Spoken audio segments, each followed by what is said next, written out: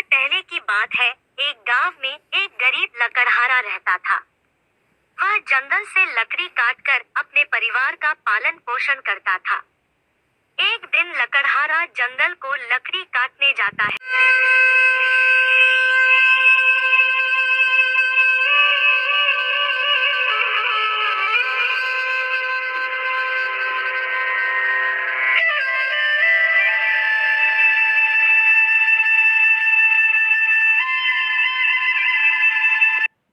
ते एक नदी के किनारे पहुंचा।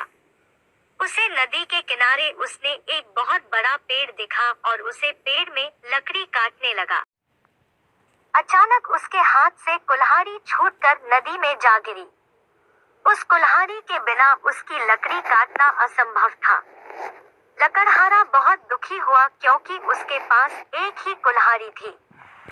कुल्हाड़ी के बिना उसका परिवार चलाना बहुत मुश्किल है।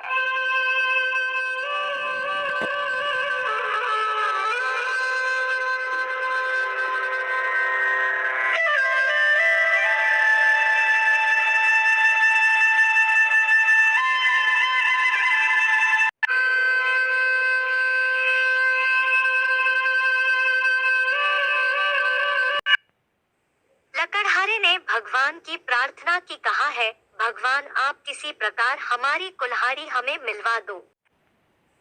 उसे गरीब लकड़हारे की आवाज सुनकर भगवान प्रकट हो गए और लकड़हारे से बोले, क्या बात है बेटा, आपने हमें क्यों याद किया? लकड़हारा बोला, भगवान हमारी कुल्हाड़ी हाथ से छूटकर नदी में गिर गई है, जिसके बिना हमारा परिवार चलना बहुत मुश्किल है। भगवान अपनी शक्ति के द्वारा उस नदी से एक चांदी की कुल्हाड़ी निकाली और लकड़हारे से बोले, लो यह अपनी कुल्हाड़ी। लकड़हारे ने उसे कुल्हाड़ी को देखते ही बोला, भगवान यह हमारी कुल्हाड़ी नहीं है, हमारी कुल्हाड़ी दूसरी थी। लकड़हारे की बात सुनकर भगवान ने फिर अपनी शक्ति के द्वारा एक सोने की कुल्हाड़ी निकाली और लकड़हारे से बोले, लो